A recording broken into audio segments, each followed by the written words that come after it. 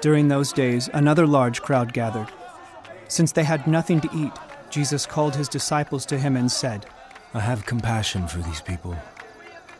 They have already been with me 3 days and have nothing to eat. If I send them home hungry, they will collapse on the way, because some of them have come a long distance. His disciples answered, But where in this remote place can anyone get enough bread to feed them? How many loaves do you have? Jesus asked. 7. They replied. He told the crowd to sit down on the ground. Father, we thank you for this. When he had taken the 7 loaves and given thanks, he broke them and gave them to his disciples to distribute to the people, and they did so. They had a few small fish as well. He gave thanks for them also and told the disciples to distribute them. The people ate and were satisfied. Afterward, the disciples picked up 7 basketfuls of broken pieces that were left over. About 4,000 were present. After he had sent them away, he got into the boat with his disciples and went to the region of Dalmanutha. The Pharisees came and began to question Jesus. To test him, they asked him for a sign from heaven. He sighed deeply and said, Why does this generation ask for a sign? Truly, I tell you, no sign will be given to it. Then he left them, got back into the boat, and crossed to the other side. The disciples had forgotten to bring bread, except for 1 loaf they had with them in the boat. Be careful. Jesus warned them. Watch out for the yeast of the Pharisees and that of Herod.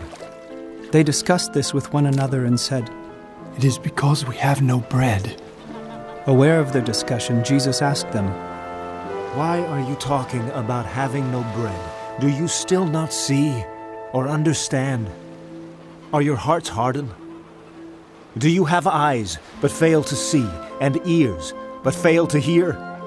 And don't you remember when I broke the 5 loaves for the 5,000?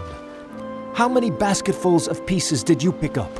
12. They replied. And when I broke the 7 loaves for the 4,000, how many basketfuls of pieces did you pick up? They answered, 7. He said to them, Do you still not understand? They came to Bethsaida, and some people brought a blind man and begged Jesus to touch him. He took the blind man by the hand and led him outside the village.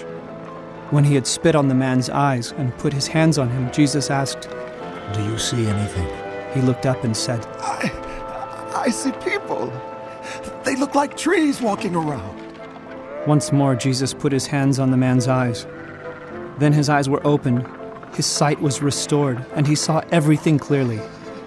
Jesus sent him home, saying, Don't even go into the village. Jesus and his disciples went on to the villages around Caesarea Philippi. On the way, he asked them, Who do people say I am? They replied, Some say John the Baptist. Others say Elijah. And still others, one of the prophets.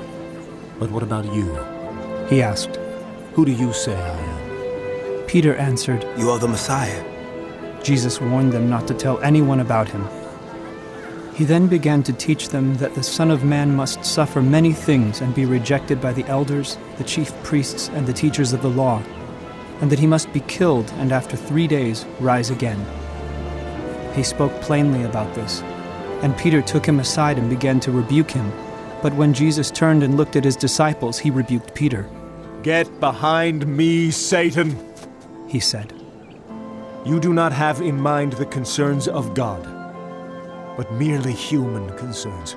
Then he called the crowd to him along with his disciples and said, Whoever wants to be my disciple must deny themselves and take up their cross and follow me.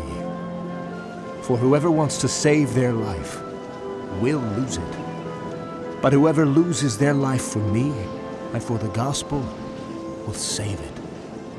What good is it for someone to gain the whole world, yet forfeit their soul? Or what can anyone give in exchange for their soul? If anyone is ashamed of me and my words in this adulterous and sinful generation, the Son of Man will be ashamed of them when he comes in his Father's glory with the holy angels.